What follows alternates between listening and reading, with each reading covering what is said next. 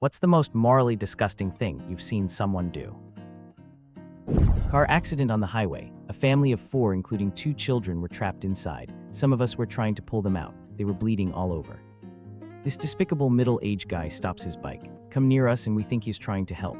He puts his hand inside the car like trying to pull them out, grabs a bag lying inside, pull it out and bolts on his bike before we could even realize what just happened. Thankfully, we could save all of them and take them to the hospital. Still no idea about that guy. This happened more than a decade ago, and I will still punch that guy on his face if I ever see him again.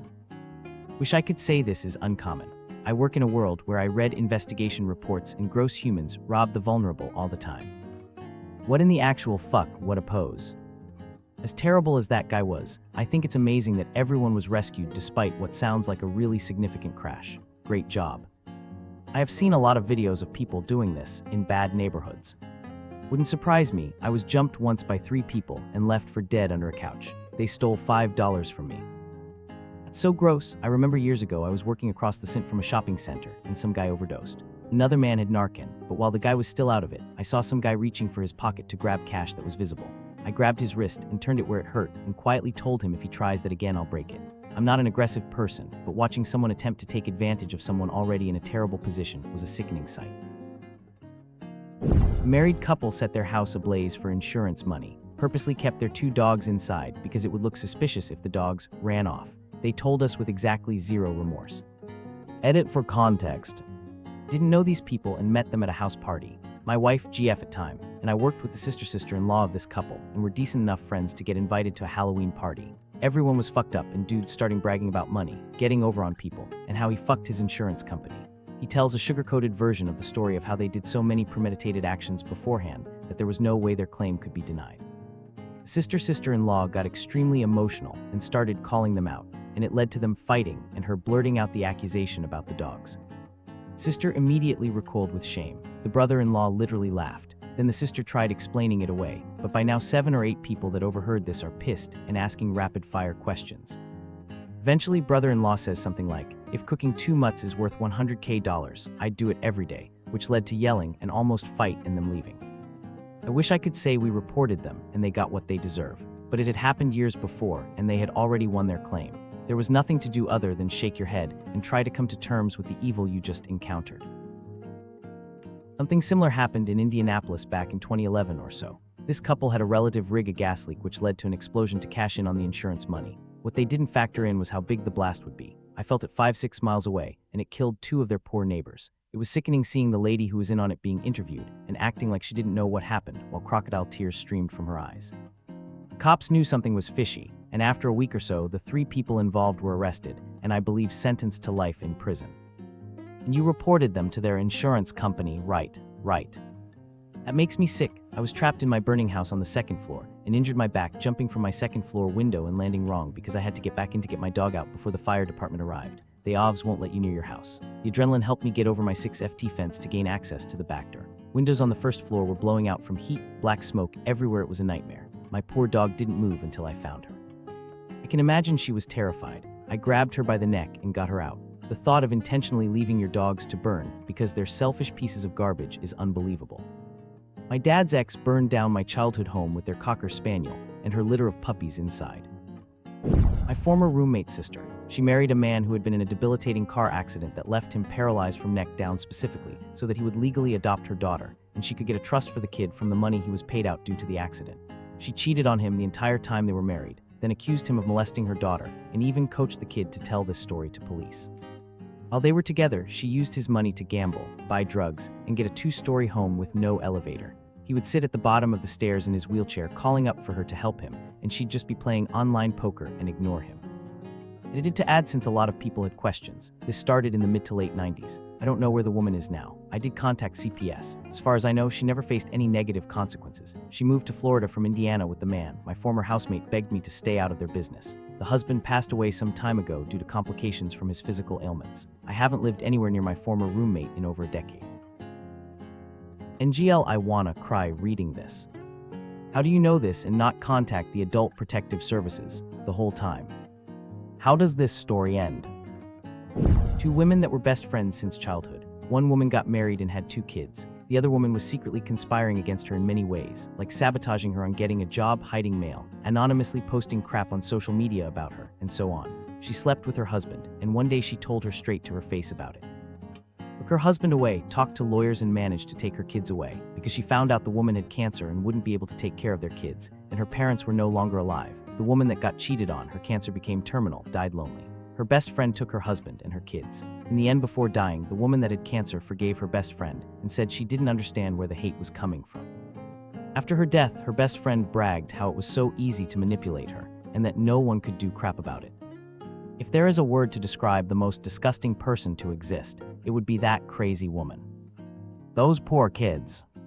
This sounds like some cheesy Chinese novel setup, with dying party being reborn to earlier time in life and changes everything and has happy ending.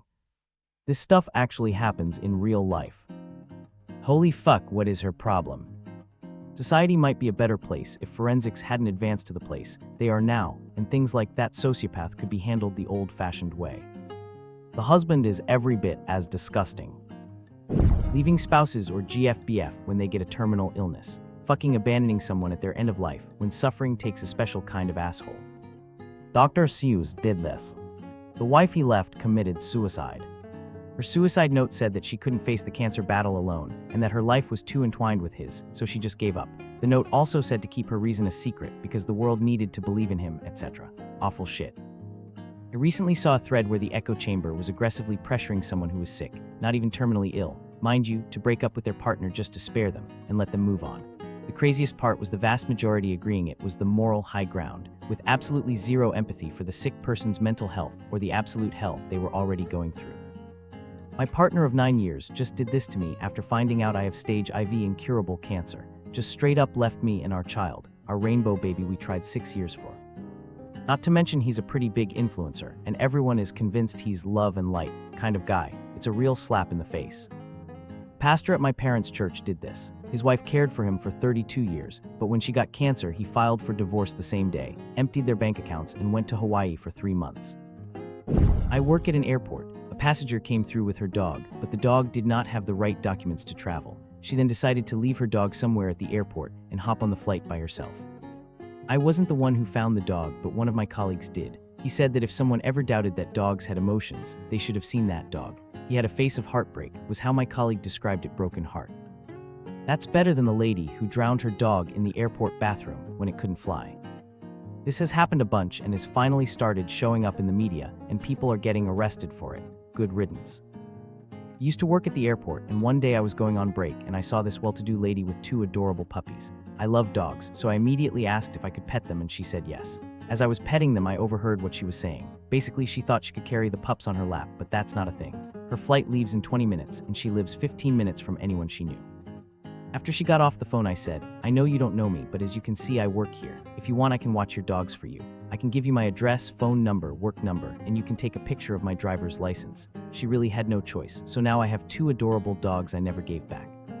Lol JK, I took daily pictures of the pups and sent them to her. Before she came back, I gave them baths and brushed them. She was so relieved. She paid me for the dog food I supplied, but I tried to say no, I really would have done it for free. A few months later, she called me about a friend of hers that needs a dog sitter on a monthly basis, but unfortunately I couldn't. But I suggested my BF who used to train dogs and loves them as much as I do. It's been 15 plus years and 5 dogs later, and he's still working for them. They're great friends now. Bro, I wasn't even going to board the plane if TSA didn't allow my cat's ASHES through. WTF. There's a show here in New Zealand called Border Patrol that's mostly travelers arriving at the airport trying to smuggle illicit items into the country, ciggies, drugs, apples, etc. But there's one episode where this American woman arrives with her cat as carry-on luggage and is obviously detained because you can't just bring a cat into the country without going through the proper channels. She was returned to the US, but unfortunately the US also has a law that meant the cat couldn't be returned, and because it couldn't come into NZ due to the biorisk, it had to be euthanized. I couldn't believe someone could be so selfish and put their pet through that. When I was a homeless drug addict, there were a few girls on the streets who I would describe as not all there. Basically all you had to say was, I'll give you some free drugs, come get in my van.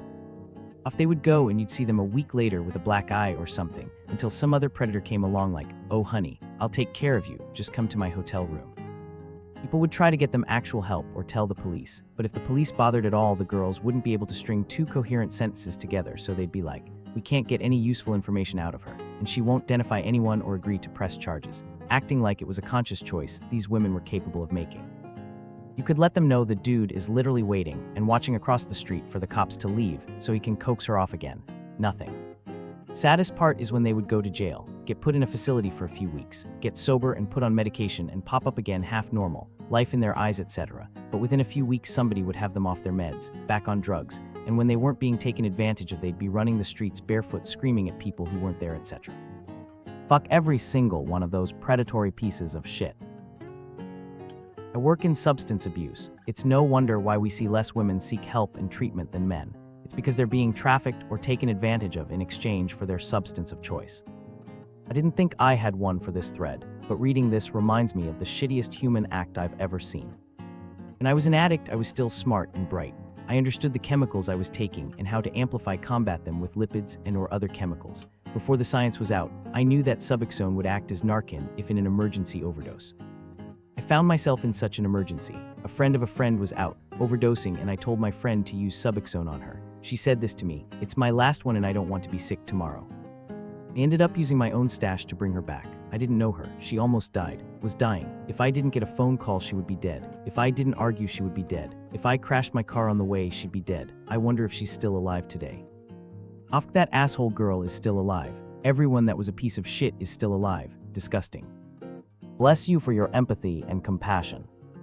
I've seen this too often. It's despicable. That's actually the worst thing I've ever heard. Do you think there's anything at all that an individual person could do to help with this? Like, if I wanted to dedicate significant time and resources and skill to it. Police officers refusing to take responsibility for their inaction during the Uvalde school shooting. They still had the gall to blame the parents and media, instead of addressing the fact they all failed to do their jobs. I'm pretty sure they stopped some parents from going inside to save their children, too. I've studied true crime for nearly 20 years, hobby, not career, and I've read about many school shootings. Hell, I spent a whole year researching just Columbine, but Uvalde. I don't understand. I will never understand. We'll never understand how they stood in that hallway like they did, how they knew the kids were calling for help and didn't flinch, how they stopped people from saving them, how they didn't even seem to be in some fear response, just bored, how they lied and said a teacher propped a door open to blame anyone but themselves, how that cop had the chance to stop it before it began and didn't, how they don't seem to have an ounce of remorse, how they can live with themselves. I sincerely hope the worst for all of them. Reminder that, as enshrined by legal precedent, cops in the US are under no obligation to protect citizens. Thank you very much for watching. Put likes, write comments, and wait for new videos on the channel.